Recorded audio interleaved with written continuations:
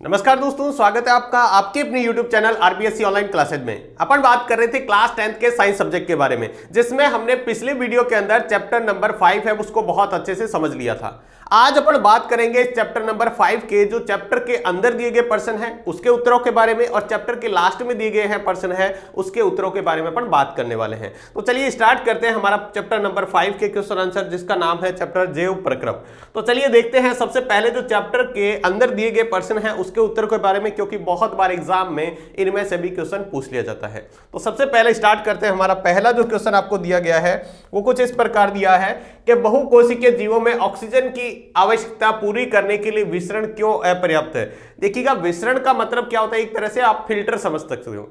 ठीक है, मतलब क्या होता है, जहां पर क्या होता है, बात करें घनत्व ज्यादा होता है उससे कम घनत्व की ओर क्या करना, गमन करना विसरण कहलाता है। ठीक है, तो देखिएगा जहां पर दाब अधिक होता है उससे कम दाब की तरफ कह सकते हैं, जहां पर दाब मान लो ऑक्सीजन का दाब जहां पर ज्यादा उससे कम दाब की तरफ बहना भी हम क्या कह सकते हैं, इसको भी हम कहते हैं विसरण।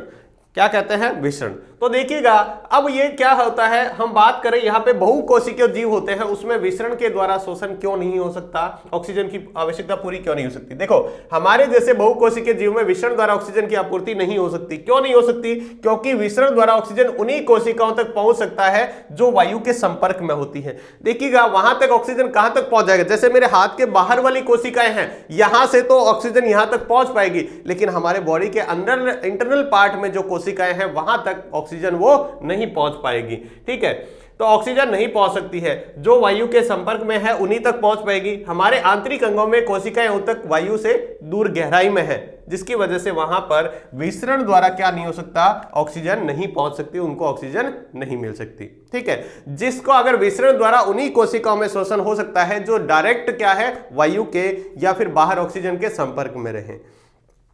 इसके बाद अगला प्रश्न दिया है, कोई वस्तु सजीव है इसका निर्धारण करने के लिए हम किस मापदंड का उपयोग करें। कोई सजीव है या निर्जीव है तो हम कौन सा मापदंड, सबसे पहला है उसमें क्या होना चाहिए, जीवन होना चाहिए उसके अंदर। ठीक है, दूसरा क्या है, उसके अंदर वृद्धि होनी चाहिए, श्वसन होना चाहिए, जनन होना चाहिए, उत्सर्जन होने चाहिए। ये सारी क्रियाएं जिनके अंदर होती है उनको हम क्या कह देते हैं, सजीव कहते हैं, जैसे सभी पेड़ पौधे और जीव जंतु। इसके बाद नेक्स्ट प्रश्न की बात करें तो नेक्स्ट प्रश्न दिया हुआ है, किसी जीव द्वारा किन कच्ची सामग्रियों का उपयोग किया जाता है। कोई जीव है किन, मतलब एक जगह कहते हैं रॉ मटेरियल का उपयोग करता है कच्ची सामग्रियों का। तो देखिएगा कच्ची सामग्रियों के लिए वो क्या है, जो स्वपोषी होते हैं वो किस किस का, जल का, कार्बन डाइऑक्साइड का और खनिज लवणों का उपयोग करते हैं। ठीक है, और विषमपोषी जो होते हैं वो भोजन हो गया, जल हो गया, ऑक्सीजन, इनका उपयोग करते हैं कच्ची सामग्रियों के रूप में। इसके बाद नेक्स्ट प्रश्न दिया गया है, स्वपोषी पोषण और विषमपोषी पोषण में क्या अंतर है। स्वपोषी मतलब कौन सा होता है, इस प्रकार के पोषण के अंदर क्या होता है, जीव वायु में उपस्थित कार्बन डाइऑक्साइड, जल और क्या होता है, सूर्य के प्रकाश की उपस्थिति में अपना भोजन बनाता है, उस प्रकार के पोषण को हम स्वपोषी पोषण कहते हैं। जैसे कुछ पादप और नीलहरित शैवाल, जीवाणु वगैरह इसका इस तरह का पोषण करते हैं। वहीं विषमपोषी का मतलब होता है जो अपना भोजन स्वयं नहीं बना सकते, प्रत्यक्ष या अप्रत्यक्ष रूप से वो क्या रहते हैं, दूसरे जीवों पर निर्भर रहते हैं, और इस प्रकार के पोषण को हम कहते हैं विषमपोषी पोषण। जैसे मानव सहित अन्य सभी जंतु जो हैं वो इस प्रकार का पोषण करते हैं। नेक्स्ट इसके बाद में क्वेश्चन दिया गया है, अगला क्वेश्चन, जीवों के अनुरक्षण के लिए आप किन प्रक्रमों को आवश्यक मानेंगे। मतलब जीवन को बनाए रखने के लिए, एक सही तरह से चलने के लिए, उसका मेंटेन करने के लिए, अनुरक्षण का मतलब होता है मेंटेनेंस करने के लिए किन किन प्रक्रम जरूरी है। तो देखिए यहाँ पर पोषण जरूरी है, शोषण, परिवहन, वृद्धि, उत्सर्जन, ये सभी क्या है, ये प्रक्रम आवश्यक है अनुरक्षण के लिए किसी भी जीव के लिए। उसके बाद है, पादप में प्रकाश संश्लेषण के लिए आवश्यक कच्ची सामग्री कहां से प्राप्त होती है। प्रकाश संश्लेषण के लिए तो देखिएगा सबसे पहले तो स्थलीय पादप जो होते हैं वो प्रकाश संश्लेषण करते हैं। इनके लिए क्या है, जल की आपूर्ति कहां से होती है, जड़ों द्वारा होती है। ठीक है, जल की आपूर्ति किसके द्वारा, मिट्टी द्वारा, यानी मृदा द्वारा उसका अवशोषण करते हैं। इसके अतिरिक्त जो नाइट्रोजन है, फास्फोरस है, लोहा है तथा मैग्नीशियम है, इनका भी वो क्या करते हैं, मृदा से यानी मिट्टी से ये पोषक तत्व ग्रहण करते हैं। प्रकाश संश्लेषण के लिए आवश्यक ऊर्जा पर्णहरित द्वारा सूर्य के प्रकाश से प्राप्त होती है। जो क्लोरोफिल होता है, जो पर्णहरित होता है, उससे सूर्य के प्रकाश को क्या किया जाता है, उसके प्रकाश ऊर्जा को ग्रहण किया जाता है। इसके बाद अगला बहुत इंपॉर्टेंट प्रश्न है, हमारे आमाशय में अम्ल की क्या भूमिका है। देखिएगा जब हम भोजन करते हैं तो भोजन जब अमाशय में पहुंचता है तो अमाशय में उपस्थित एक जठर ग्रंथि द्वारा जठर रस स्रावित किया जाता है, ठीक है, जिसके अंदर क्या होता है, HCl अम्ल होता है, ठीक है। तो यहां पर देखिएगा जठर रस में उपस्थित जो हाइड्रोक्लोरिक अम्ल है जिसको हम HCl अम्ल कहते हैं, उसके अंदर क्या होता है, पेप्सिन एंजाइम तथा श्लेष्मा का क्या होता है, स्राव होता है। उसमें पेप्सिन एंजाइम होता है जो स्टार्च को माल्टोज में बदलता है, श्लेष्मा होती है जो अम्ल को अपने आंतरिक स्तर से रक्षा करती है उस अम्ल के माध्यम से, और हाइड्रोक्लोरिक अम्ल होता है। हाइड्रोक्लोरिक अम्ल अमाशय में भोजन के माध्यम को एक तो अम्लीय बनाता है, हमारे भोजन को क्या बना देता है, अम्लीय बनाता है, जो कि पेप्सिन एंजाइम की क्रिया में सहायक है। अब पेप्सिन को काम कराने में पेप्सिन क्या करता है, पेप्सिन है जो स्टार्च को माल्टोज में बदलता है, तो इस क्रिया के लिए वो उसको क्या करता है, मदद करता है। कौन करता है मदद, हाइड्रोक्लोरिक अम्ल। दूसरा क्या है, यह विभिन्न जीवाणुओं को नष्ट करने में भी सहायक है और भोजन को सड़ने से बचाने में भी सहायक है। अब हमने भोजन कर लिया तो भोजन के साथ हमारे कुछ हानिकारक बैक्टीरिया वगैरह अंदर चले जाते हैं, उन जीवाणुओं को नष्ट करने में भी वो क्या है, सहायक है। और अगर मान लो भोजन काफी समय तक हमारे पेट में क्या रहता है, जब तक नहीं पचता है, पड़ा रहता है, तो उसमें क्या है, सड़ने से बचाने में भी क्या है, ये हाइड्रोक्लोरिक अम्ल सहायक है। नेक्स्ट पर्सन की बात करें तो पाचक एंजाइमों का क्या कार्य है, जो हमारे शरीर के अंदर पाचक एंजाइम होते हैं उनका क्या कार्य है। तो देखिएगा पाचक एंजाइमों का कार्य बड़े और अघुलनशील भोज्य पदार्थों जैसे कि प्रोटीन हो गया, प्रोटीन को सीधा पानी में घोलने की कोशिश करेंगे, नहीं घुलेगा, वसा भी नहीं घुलती है, ठीक है। ये कार्बोहाइड्रेट आदि का पाचन कराना है, ये सारे इनके पाचन कराने में क्या करते हैं, सहायता करते हैं। उदाहरण के लिए जो पेप्सिन एंजाइम है वो अमाशय में प्रोटीन के पाचन का कार्य करता है। पेप्सिन एंजाइम क्या करता है, हमारे अमाशय में प्रोटीन का पाचन करता है। तथा टाइलिन जो हम कहते हैं एमिलेस या टाइलिन एंजाइम जो हमारे लार में होता है, वो क्या करता है, कार्बोहाइड्रेट का पाचन करता है।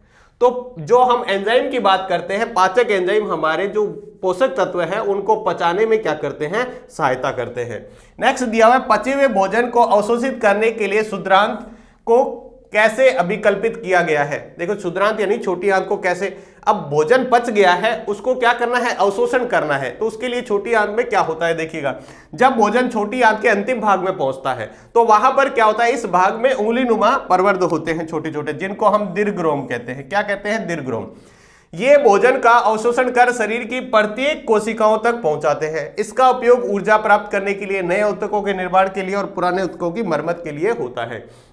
अब देखिएगा छोटी आंत के अंतिम भाग में उंगली जैसा संरचना होती है। अब पचे हुए भोजन को पकड़ के कहां डाल देते हैं, हमारे रक्त में डाल देते हैं, हमारे ब्लड में डाल देते हैं, और वो ब्लड सभी कोशिकाओं तक वो भोजन को पहुंचाता है। उस भोजन से हमें प्रत्येक कोशिका को ना केवल ऊर्जा मिलती है बल्कि ऊतकों का निर्माण भी होता है, और साथ में क्या होता है, जो पुराने ऊतक जो है उनको मरम्मत करने में भी इससे सहायता मिलती है। नेक्स्ट पर्सन की बात करें तो श्वसन के लिए ऑक्सीजन प्राप्त करने की दिशा में एक जलीय जीव की अपेक्षा स्थलीय जीव किस प्रकार लाभप्रद है। जलीय जीव से जो है कैसे बेटर है एक स्थलीय जीव, मतलब पृथ्वी के ऊपर रहने वाला एक जल में रहने वाले से कैसे अच्छा है।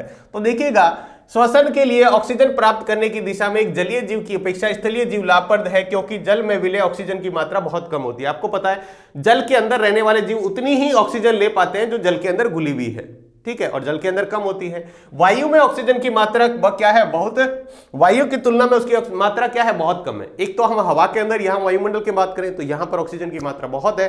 पानी के अंदर क्या होती है, ऑक्सीजन की मात्रा होती तो है, क्योंकि पानी का सूत्र क्या होता है, H2O। तो यहां पर देखिएगा ये ऑक्सीजन तो इसके अंदर है लेकिन कम मात्रा में है, जबकि हमारा वायुमंडल के अंदर क्या है, ऑक्सीजन काफी मात्रा में है। तो जो स्थल पर रहने वाले जीव हैं वो आसानी से शोषण कर पाते हैं, ठीक है, जबकि जल के अंदर रहने वाले को क्या होता है, उनकी तुलना में यहां पर क्या है, वायु की तुलना में वहां पर ऑक्सीजन कम होती है। उसके बाद है ग्लूकोज के ऑक्सीकरण से विभिन्न जीवों में ऊर्जा प्राप्त करने के लिए विभिन्न पद का कार्य क्या है।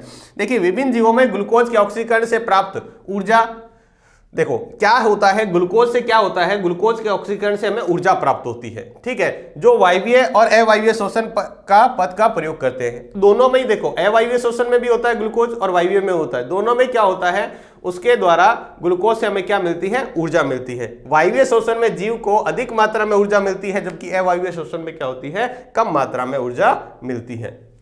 इसके बाद नेक्स्ट पर्सन की बात करें, मनुष्य में ऑक्सीजन तथा कार्बन डाइऑक्साइड का परिवहन कैसे होता है। हमारे शरीर के अंदर ऑक्सीजन का और कार्बन डाइऑक्साइड का परिवहन कैसे होता है वो आपको अच्छे से पता है।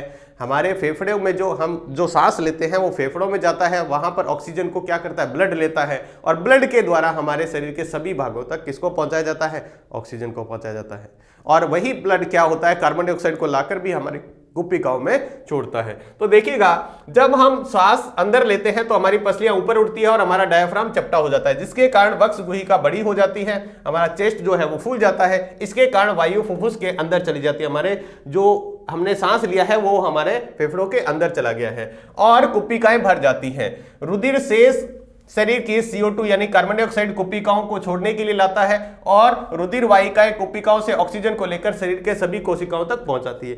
वहां कुपिकाओं के अंदर से रक्त क्या है, ऑक्सीजन को लेके जाता है और कार्बन डाइऑक्साइड को लाकर वहां पर छोड़ता है। इस सांस चक्र के समय वायु अंदर और बाहर होती है तथा फुफ्फुस सदैव वायु का कुछ अवशिष्ट आयतन रखते हैं। इस प्रक्रिया के दौरान कुछ क्या है, आयतन जो है वो अपने पास कुपिकाओं के अंदर रहता है, फुफ्फुस जो है वो अपने पास रखता है, ठीक है, क्योंकि जिससे ऑक्सीजन के अवशोषण और CO2 के मोचन में पर्याप्त समय मिल सके। तो इसमें जो प्रोसेस में समय लगता है उस समय की पूर्ति के लिए क्या है, कुछ ये अपने अंदर ऑक्सीजन को स्टोर करके रखता है। उसके बाद है गैसों के विनिमय के लिए मानव फुफ्फुस में अधिकतम क्षेत्रफल कैसे अधिकल्प किया जाता है। अब मानव फुफ्फुस के लिए देखो, ऑक्सीजन ग्रहण करनी है तो उसके लिए बड़ा क्षेत्रफल चाहिए, तो वो अपना शरीर कैसे इसको मेंटेन करता है, जो फेफड़े हैं, फुफ्फुस है, वो कैसे करते हैं। तो देखो, गैसों के विनिमय के लिए मानव फुफ्फुस में अधिकतम क्षेत्रफल निम्न प्रकार से अधिकल्पित किया जाता है। फुफ्फुस के अंदर अनेक छोटी छोटी नलिकाएं होती है हमारे पास, ठीक है, जो अंत में गुब्बारे जैसी संरचना बनाती है, जिसको हम कुपिका कहते हैं, ठीक है। जो हमारी श्वसनिकाएं होती है, देखो सबसे पहले सांस नली होती है, आगे आके दो भागों में बढ़ जाती है श्वसनी में, जो अपने अपने फेफड़ों में जाती है, वो श्वसनी आगे जाकर अनेक छोटी छोटी नलिकाओं में बढ़ जाती है, जिसको हम श्वसनिकाएं कहते हैं। और श्वसनिकाओं के अंतिम सिरे पर एक गुब्बारे जैसी संरचना होती है, जिसको हम कुपिकाएं कहते हैं। क्या कहते हैं? कुपिकाएं। यही कुपिकाएं अधिकतम क्षेत्रफल बनाती है। ये कुपिकाएं क्या है, गुब्बारे जैसी संरचना फूली होती है, जिससे उसका क्षेत्रफल क्या है, अब जो नस आ रही है, नली जो सांस नली होती है वो तो पतली होती है, वहां पर आगे गुब्बारे जैसी संरचना होती है, जैसे ही सांस अंदर जाता है तो फूल जाता है, और फूलने से उसका क्षेत्रफल क्या हो जाता है, बढ़ जाता है, ठीक है। कुपिकाओं की सतह को फैला दिया जाए तो यह लगभग 80 वर्ग किलोमीटर तक क्या हो जाती है, 80 वर्ग मीटर तक क्षेत्र को ढक लेती है, और हमारे एक फेफड़े के अंदर लगभग 2 करोड़ कुपिकाएं पाई जाती है। तो इतनी सारी कुपिकाएं मिलकर इतना बड़ा क्षेत्र बना देती है कि जिससे उसका सतही क्षेत्रफल क्या हो जाता है, उसके सतह का क्षेत्रफल बढ़ जाता है, और विनिमय के लिए विस्तृत सतह उपलब्ध होने से गैसों का विनिमय है वो अच्छा हो जाता है। गैसों का विनिमय आदान प्रदान है वो आसानी से हो जाता है। इसके बाद में मानव में परिवहन तंत्र के घटक कौन से हैं, इन घटकों का क्या कार्य है।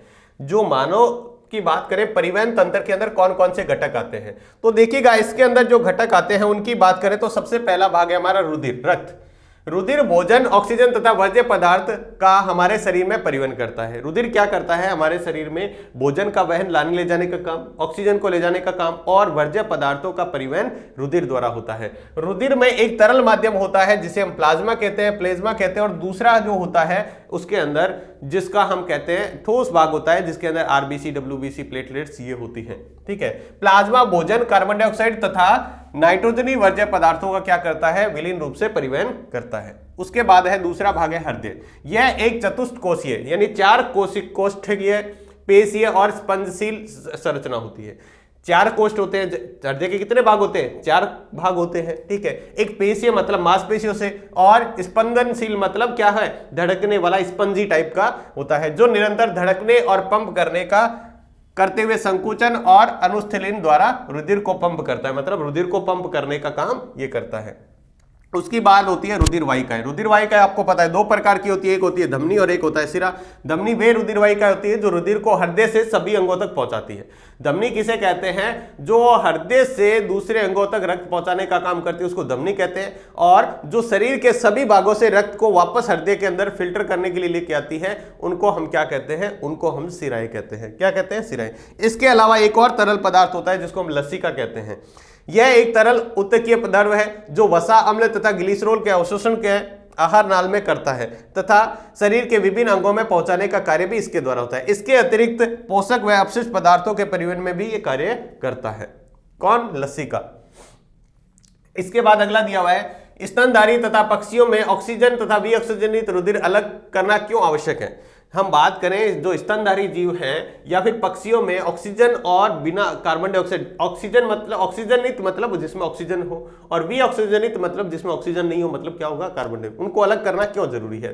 तो देखिएगा, स्तनधारी तथा पक्षियों में ऑक्सीजन जनित तथा वी ऑक्सीजनित रुधिर को अलग करना इसलिए आवश्यक है ताकि क्या हो, जीवों में विभिन्न जैव प्रक्रम, ठीक है, के लिए अधिक ऊर्जा अधिक ऊर्जा की आवश्यकता होती है। ठीक है, तो उन्हें क्या है, ऑक्सीजन की आवश्यकता भी अधिक होती है, उनको ऊर्जा की अधिक आवश्यकता होती है। जब किसी जीव को ऊर्जा की अधिक आवश्यकता है तो अधिक ऊर्जा कैसे बनेगी, जब उसको ऑक्सीजन अधिक मिलेगी। ठीक है, तो ऑक्सीजन अधिक तभी मिलेगी जब उसके पास क्या हो, हृदय द्वारा शुद्ध और वी ऑक्सीजनित रुधिर का ऑक्सीजन के लिए फेफड़ों में जाना, और फेफड़ों से क्या है, ऑक्सीजनित रुधिर वापस हृदय में लाने का पल्मोनरी संचरण कहते हैं। फेफड़ों में ऑक्सीजन क्या होता है, ऑक्सीजनित या शुद्ध रुधिर दो जोड़ी पल्मोनरी सिराओं द्वारा बाएं अलिंद में आता है। कहां से आता है, बाएं अलिंद में, जो शुद्ध करके रक्त वहां पर आता है, और अशुद्ध या वी ऑक्सीजनित सिराओं द्वारा हृदय में वापस भेजा जाता है। ठीक है, जिसे सिनेप्टिक परिसंचरण कहते हैं।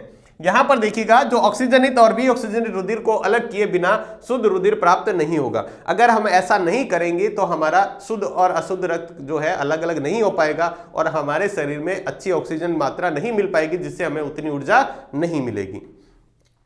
इसके बाद अगला है, उच्च संगठित पादप में परिवहन तंत्र के घटक क्या है? तो जो पादप के अंदर दो तरह के तंत्र होते हैं, एक होता है जाइलम और एक होता है फ्लोएम। जाइलम क्या होता है, एक प्रकार का उत्तक है, संवहन उत्तक, जो क्या करता है, यह उत्तक जड़ों द्वारा अवशोषित खनिज लवणों को पौधे के विभिन्न वायवीय भागों तक पहुंचाता है। जाइलम क्या करता है, जड़ों से क्या करता है, जल का और खनिज लवणों का अवशोषण करता है और पौधे के सभी भाग तक पहुंचाता है। वहीं फ्लोएम की बात करें तो ये क्या होता है, प्रकाश संश्लेषण के बाद जो ऊर्जा मिलती है, यानी जो भोजन मिलता है, उसको पौधे के सभी भागों तक पहुंचाने का काम फ्लोएम का होता है। ठीक है, आपको पता होगा जाइलम मतलब जल का परिवहन और फ्लोएम मतलब फूड का परिवहन होता है। इसके बाद हम बात करें पादप में जल और खनिज लवण का परिवहन कैसे होता है। पादपों में है वो जल और खनिज लवण, हमारे शरीर में तो आपने देख लिया जल और खनिज का कैसे होता है, जबकि पादपों में कैसे होता है। तो पादप में जल और खनिज लवण का परिवहन जल संवहन वाहिकाओं द्वारा होता है। जाइलम उत्तक, जो जाइलम है वो जल का परिवहन करता है, आपको पता है। ठीक है, और खनिज लवणों का कौन करता है, वो अपन देखने वाले। फूड का कौन करता है, फ्लोएम करता है। ठीक है, जाइलम क्या करता है, जड़ों, तनों तथा पत्तियों की वाहिकाओं तथा वाहिकाएं आपस में जुड़कर जल संवहन वाहिकाओं का एक सतत जाल बनाती है, जो पादप के सभी भागों में संबद्ध होता है, मतलब सभी भागों से जुड़ा हुआ होता है। जड़ की कोशिकाएं मिट्टी से खनिज लवण को अवशोषित करती है। जड़ क्या करता है, मिट्टी से खनिज लवण को अवशोषित करता है, और जल के अणुओं का वाष्पीकरण पत्ती की कोशिकाओं द्वारा होता है, जो वाष्पोत्सर्जन कहलाता है। और तथा चूसक जड़ों को जाइलम कोशिकाओं द्वारा क्या किया जाता है, जल को मृदा से खींच लिया जाता है। जो चूसक जड़ों का मतलब होता है जो पानी को चूस लेती है। जड़ें जो क्या है, पानी को चूस लेती हैं, अपने अंदर ले लेती हैं।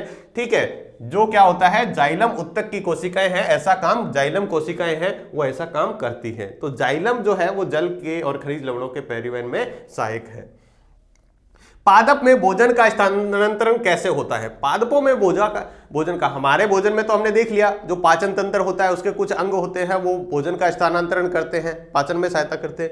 वहीं बात अगर पादप की जाए तो पादप में कैसे होता है, तो प्रकाश संश्लेषण के लिए विलय उत्पादन का वहन स्थानांतरण कहलाता है। ठीक है, और यह स्थानांतरण संवहन उत्तक के फ्लोएम नामक भाग में होता है।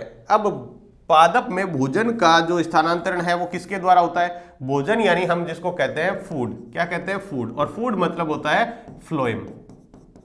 जो फ्लोएम संवहन उत्तक है वो इसका परिवहन करता है। ठीक है, यह स्थानांतरण संवहन उत्तक के फ्लोएम नामक भाग द्वारा होता है। फ्लोएम अमीनो अम्ल तथा अन्य पदार्थों का परिवहन भी करता है। ये पादप विशेष रूप से जड़ के भंडारण अंगों जैसे फलों, बीजों और वर्दी वाले अंगों में ले जाते हैं, और भोजन तथा अन्य पदार्थों का स्थानांतरण संगलन सहायक कोशिकाओं की सहायता से चलानी नलिकाओं में उपस्थित ऊपरमुखी तथा अधोमुखी दोनों दिशाओं में होता है। मतलब जल का परिवहन तो सिर्फ नीचे से ऊपर की तरफ होता है, जो जाइलम करता है, जबकि फ्लोएम जो कोशिकाएं होती है वो क्या करती है, नीचे से ऊपर तथा ऊपर से नीचे दोनों तरफ क्या करती है, दोनों दिशाओं में इसके द्वारा सहायक कोशिकाएं दोनों दिशाओं में मतलब भोजन का स्थानांतरण कर देती है।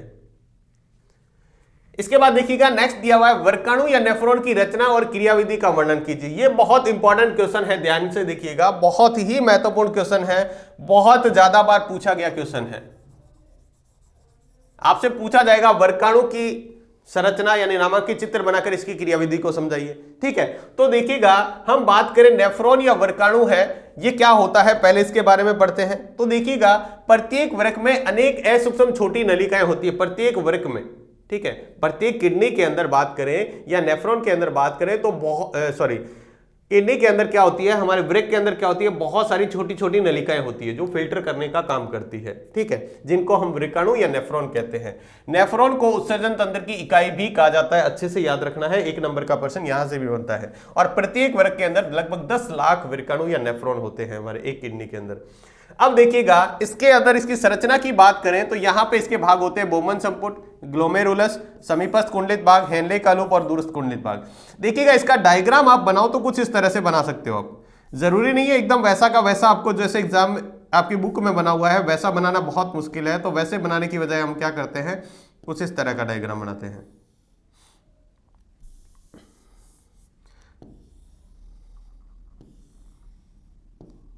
ठीक है, और यहां से कुछ संरचना ऐसे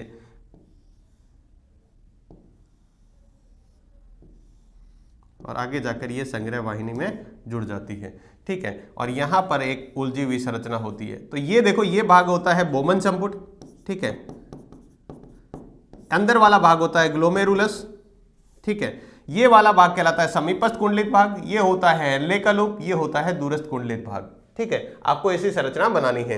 अब देखिएगा बोमन संपुट जो होता है नेफ्रॉन का प्रारंभिक भाग होता है एक प्याले नुमा। देखो ये कैसी संरचना बनती है बोमन संपुट की, कुछ इस तरह से संरचना बनाते हैं। तो ये संरचना एक प्याले जैसी होती है। ठीक है, दूसरा हम बात करें ग्लोमेरुलस, बोमन संपुट के अंदर रुधिर वाहिकाओं का गुच्छा होता है। ये देखो रुधिर वाहिकाओं का जो हमारी रक्त वाहिनियां होती है उनका गुच्छा इसके अंदर होता है, जिसको हम क्या कहते हैं, ग्लोमेरुलस कहते हैं। और नेफ्रॉन के शेष भाग को हम क्या करते हैं, इसको 3 भागों में बांट लेते हैं। एक होता है समीपस्थ कुंडलित भाग, ये वाला भाग यहां से लेकर यहां तक समीपस्थ कुंडलित भाग कहलाता है। हेनले का लूप, ये छोटा सा नीचे भाग दिख रहा है पतला भाग, ये यू आकार का, ये होता है हेनले का लूप। और दूरस्थ कुंडलित भाग, ये वाला दूरस्थ कुंडलित भाग होता है। इसके बाद में क्या होता है, नेफ्रॉन दूरस्थ कुंडलित भाग के द्वारा संग्रह वाहिनी से जुड़ा होता है। संग्रह वाहिनी आकर जाकर मूत्र वाहिनी में जुड़ी हुई होती है, तो वहां जाकर उसको स्त्रावण करती है। इसके बाद अगला क्वेश्चन देखो, इसके अंदर इसकी संरचना रचना कैसे, इसका कार्यविधि क्या होती है। तो देखिएगा सबसे पहले हमारा रुधिर आता है वृक्क के अंदर, किडनी के अंदर। किडनी के अंदर क्या होता है, ग्लोमेरुलस जो हमारी रक्त वाहिनियों का गुच्छा होता है वहां पर आता है। वहां पर क्या होता है, रुधिर में उपस्थित छोटे छोटे अणु जैसे ग्लूकोज, विटामिन, जल, लवण, यूरिया, यूरिक अम्ल और अमोनिया, इन सभी को क्या करता है, छानकर वो किस में डाल देता है, वो बोमन संपुट में आ जाते हैं। अब बोमन संपुट क्या करता है, आगे भेजता है समीपस्थ कुंडलित भाग में। समीपस्थ कुंडलित भाग में शरीर के जो आवश्यक तत्व है, जैसे ग्लूकोज हमारे शरीर के लिए क्या है, उपयोगी है, विटामिन है, लवण है, जल है, इनका तो वापस अवशोषण कर लिया जाता है समीपस्थ कुंडलित भाग में। बाकी भाग है जो आगे भेज दिया जाता है। फिर वो भाग चला जाता है दूरस्थ कुंडलित भाग में। यहां अनावश्यक पदार्थ जो हमारे शरीर में यूरिया हो गया, अमोनिया हो गया और यूरिक अम्ल, हमारे शरीर में ये मिलकर मूत्र का निर्माण करते हैं। तो ये हमारे वर्ज्य पदार्थ है। आपसे एग्जाम में पूछ लिया जाता है कोई 2 हमारे शरीर के अपशिष्ट पदार्थों या वर्ज्य पदार्थों के नाम, तो आप अमोनिया, यूरिक अम्ल और यूरिया लिख सकते हो, जो हमारे मूत्र में पाए जाते हैं। ये सीधे स्रावित कर देते हैं। फिर ये क्या है, आगे जाकर संग्रह वाहिनी होती है। यहां से ये क्या है, अनावश्यक पदार्थ जल तथा लवण के साथ में मिलकर मूत्र का निर्माण करते हैं और फिर वो मूत्र वाहिनी द्वारा मूत्राशय में भेज दिए जाते हैं और वहां पर हम समय समय पर इसको शरीर से बाहर कर देते हैं। इसके बाद यह मूत्र बनने की मात्रा का नियमन किस प्रकार होता है। मूत्र बनने की मात्रा है वो किस प्रकार होती है उसको समझते हैं। तो मूत्र बनने की मात्रा का नियमन जल के पुनरावशोषण से होता है। जल दोबारा से अवशोषण किया जाता है, वहां फिल्टर होता है, वो लगातार होता रहता है, उसके ऊपर निर्भर करता है, जो कि शरीर में उपलब्ध अतिरिक्त जल की मात्रा तथा कितना विलय वर्ज्य पदार्थ है इस पर निर्भर करता है। ठीक है, तो मूत्र का निर्माण किसके ऊपर निर्भर करेगा, एक तो जल का पुनरावशोषण हो रहा है, बार बार फिल्टर का काम हो रहा है इसके उसके ऊपर, और दूसरा हमारे शरीर में उपलब्ध जल की अतिरिक्त मात्रा है उसके ऊपर डिपेंड करता है। तीसरा है उत्सर्जी उत्पाद से छुटकारा पाने के लिए पादप किन विधियों का उपयोग करते हैं। अब देखो हमारे अंदर उत्सर्जन की प्रक्रिया है वो क्या होता है, उत्सर्जन तंत्र द्वारा की जाती है, जबकि पादपों में ये उत्सर्जन की क्रिया कैसे होती है उसको समझते हैं। तो देखो पादप में सबसे पहले तो कोई जंतु के जैसे कोई विशेष अंग नहीं होता है उत्सर्जन के लिए, ठीक है, इसमें उत्सर्जन के लिए कोई विशेष अंग नहीं पाए जाते हैं। तो इसमें उत्सर्जन का छुटकारा पाने के लिए सबसे पहले देखो CO2 है, तो एक उसके लिए CO2 जो वर्ज्य पदार्थ है उसका जो उत्सर्जन है वो कैसे होता है, विसरण की क्रिया द्वारा होता है। विसरण की क्रिया का मतलब क्या होता है, जब ये ऑक्सीजन का उपयोग करके कार्बन डाइऑक्साइड वापस इसको छोड़ना होता है तो ये क्या करता है, विसरण मतलब अंदर का दाब बढ़ जाता है उसका, तो वो क्या करता है, विसरण के द्वारा वो बाहर निकाल दी जाती है।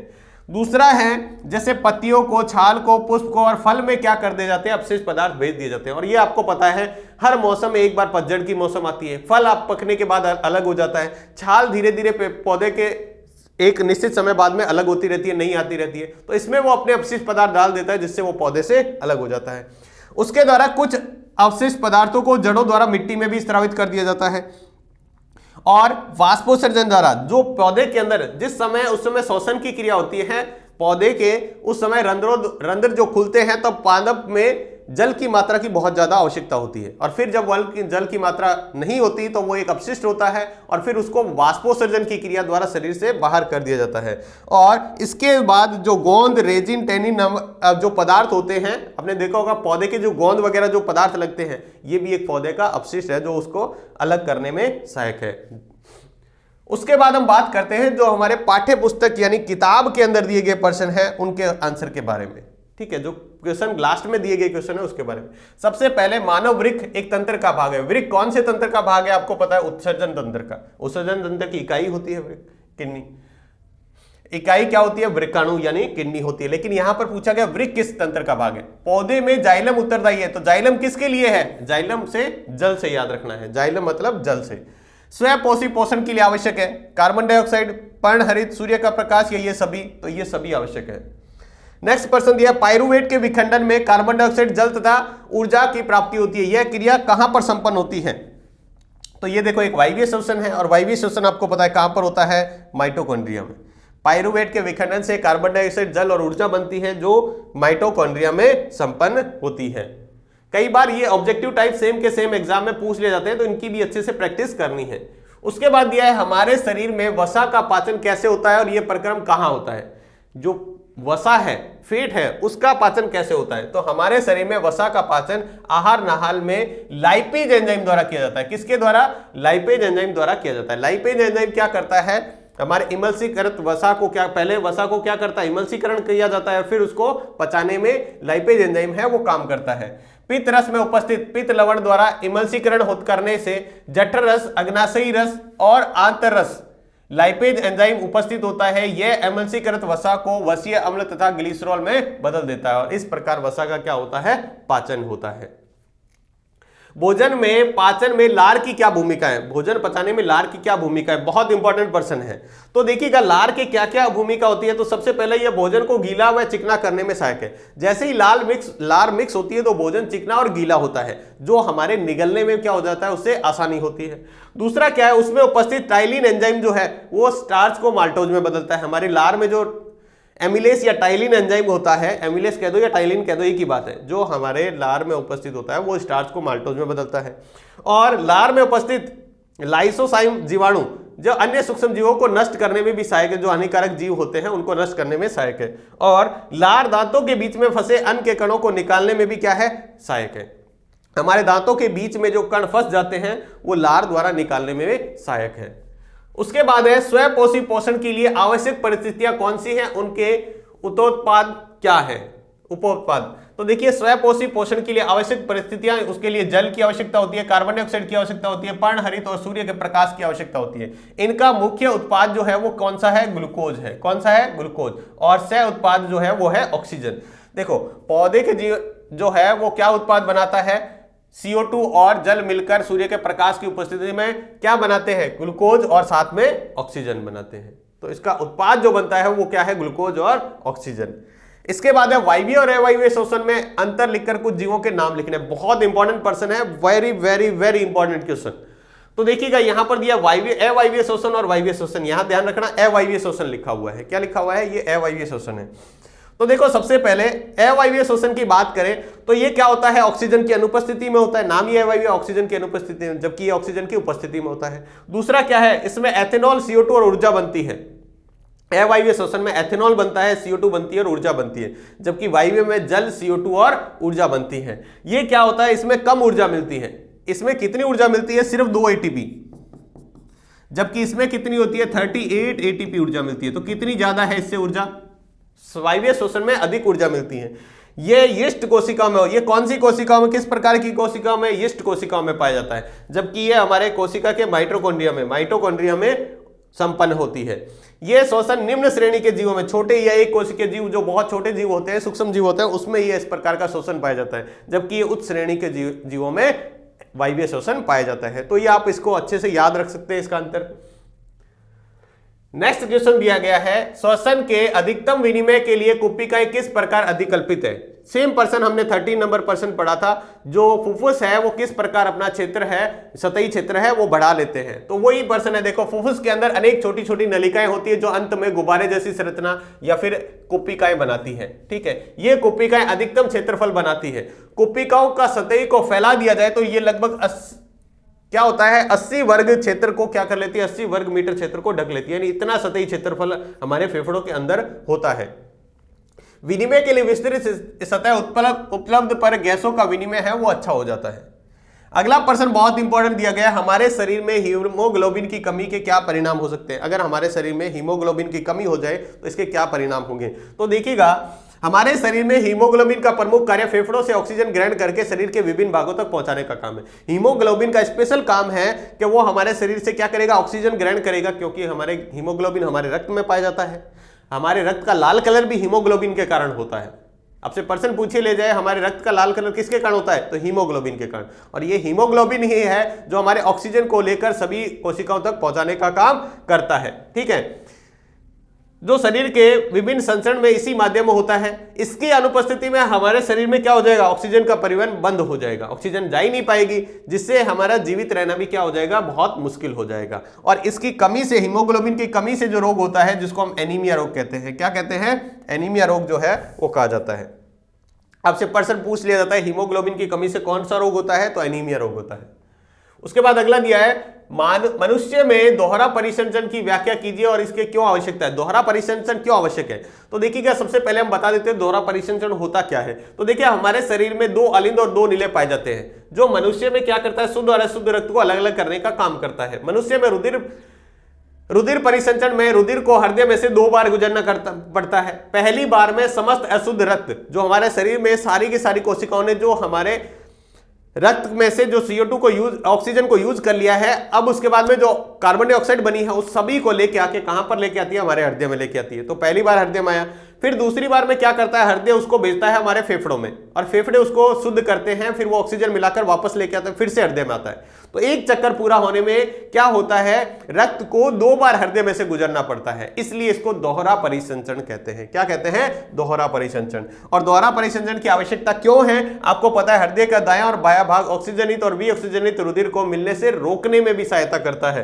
रोकने में लाभप्रद है। इस तरह विभाजन शरीर के उच्च दक्षता ऑक्सीजन की पूर्ति करता है और तापमान के नियमन और उच्च ऊर्जा प्राप्त करने में भी क्या होती है, इसकी आवश्यकता होती है।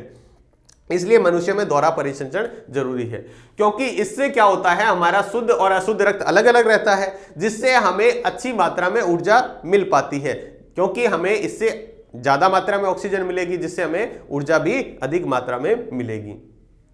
इसके बाद नेक्स्ट क्वेश्चन दिया गया है, जाइलम तथा फ्लोएम में पादपों के परिवहन में क्या अंतर है। तो जाइलम में और फ्लोएम में वहन, तो जाइलम में क्या होता है, जाइलम जो है जल और जो ऐसे जो उसमें घुलित खनिज लवणों का वहन करता है, जाइलम मतलब जल का वहन करता है, जबकि इसमें क्या होता है, जो खाद्य पदार्थ यानी भोजन का परिवहन इसके द्वारा होता है। जाइलम में वहन केवल ऊपर की ओर एक दिशा में होता है, सिर्फ जड़ से को जल को ग्रहण करेंगे और ऊपर की तरफ भेजेंगे, जबकि फ्लोएम का वहन ऊपर तथा नीचे दोनों दिशाओं में होता है। ठीक है, और तीसरा, जाइलम में वहन भौतिक बलों द्वारा होता है, ठीक है, जबकि फ्लोएम में वहन किसके द्वारा होता है, ऊर्जा का उपयोग करके उसका वहन होता है, ऊर्जा का उपयोग करके उसका वहन किया जाता है। तो ये भी बहुत इंपॉर्टेंट प्रश्न है। इसके बाद देखते हैं, फुफ्फुस में कुप्पिकाओं तथा वृक्क में वृक्काणु की रचना एवं क्रियाविधि की तुलना कीजिए। जो हमारे फुफ्फुस में कुप्पिकाएं होती है फेफड़ों में, उसी तरह हमारे वृक्क यानी जो हम बात करते हैं किडनी के अंदर जो हमारे विरकाणु या नेफ्रॉन होते हैं, इस दोनों की कार्यविधि की तुलना करती है। तो देखो, वायु कुपिकाएं फेफड़ों की संरचनात्मक एवं क्रियात्मक इकाई है। जो कुपिकाएं हैं हमारे फेफड़ों की यानी फुफ्फुस की संरचनात्मक और क्रियात्मक इकाई है। वहीं बात करें हमारे विरकाणु जो है वो वृक्क की संरचनात्मक और क्रियात्मक इकाई है हमारे किडनी की। दूसरे, इसकी संख्या क्या होती है, अधिकतम लगभग 15 करोड़ प्रति फेफड़ों में होती है। एक फेफड़े में ही लगभग 15 करोड़ के आसपास हो सकती है, जबकि इसके हमारा एक किडनी के अंदर कितनी 10 लाख विरकाणु होते हैं। उसके बाद इसकी पतली केशिकाओं का जाल होता है। ये क्या होता है, इसमें पतली केशिकाएं जो है, आपको पता है कुपिकाओं के अंदर क्या होता है, छोटी छोटी जो सांस नलियां होती हैं वो इसके अंदर आती है, रक्त वाहिनियां आती है, जो वहां से CO2 को छोड़ने का, ऑक्सीजन ले जाने का काम वहां से होता है, ठीक है। लेकिन इसमें पतली केशिकाओं का जाल होता है, इसमें भी होता है सेम। वहां से क्या होता है, रक्त आता है और उसको फिल्टर किया जाता है। वायु कुपिकाओं के गैसों के आदान प्रदान के लिए अधिकतम सतही धरातल उपलब्ध कराता है। वो क्या होता है, उसकी सतह के क्षेत्रफल को क्या कर देता है, बढ़ा देता है, जिससे वो क्या है, गैसों का आदान प्रदान आसानी से हो जाता है। विरकाणु रुधिर में उत्सर्जी पदार्थों के पृथक करने के लिए अधिकतम सतही धरातल पर उत्पन्न कराते हैं। वही ये काम यहाँ पर विरकाणु में कौन करता है, वृक्क के अंदर विरकाणु करते हैं। कुपिकाओं में CO2 रुधिर में अलग अलग ऑक्सीजन रुधिर में मिलती है। कुपिकाओं में CO2 रुधिर से अलग तथा O2 रुधिर में अलग मिलती है, जबकि विरकाणु में रुधिर के वज्र पदार्थ नाइट्रोजनी पदार्थ पृथक होते हैं। यहां से कौन, जो हमारे कुपिकाएं हैं वो वहां से क्या करती है, रक्त के अंदर से CO2 को और O2 को अलग करती है। CO2 को लिया, वहां से वापस सांस के द्वारा बाहर भेज दिया और ऑक्सीजन को लेकर वहां पर शरीर के सभी भागों तक भेज दिया। जबकि हम बात करें यहाँ पे जो विरकाणु हैं वो क्या करते हैं, उसमें से रक्त के अंदर से नाइट्रोजनी वर्ज्य पदार्थ को अलग करके बाहर निकाल देते हैं। तो ये इसकी अलग अलग दोनों की क्या है, क्रिया विधि है। तो ये थे आपके चैप्टर नंबर 5 के, जो चैप्टर के बीच में दिए गए प्रश्न हैं और चैप्टर के लास्ट में दिए गए प्रश्न हैं, उनके उत्तर के बारे में। उम्मीद है आपको कोई प्रश्न है अच्छे से, सभी प्रश्न है वो अच्छे से समझ में आ गए होंगे। अगर आपको किसी क्वेश्चन में दिक्कत है या कोई टॉपिक आपको अच्छे से समझ में नहीं आया तो आप कमेंट बॉक्स में लिखकर बताएं। जैसा भी सॉल्यूशन आपको प्रोवाइड करवा सकते हैं, कोशिश करेंगे उसको उसका सॉल्व करने की। तो आज के वीडियो में बस इतना ही, मिलते हैं नेक्स्ट वीडियो में नए चैप्टर के साथ। तब तक के लिए सभी को बहुत बहुत धन्यवाद।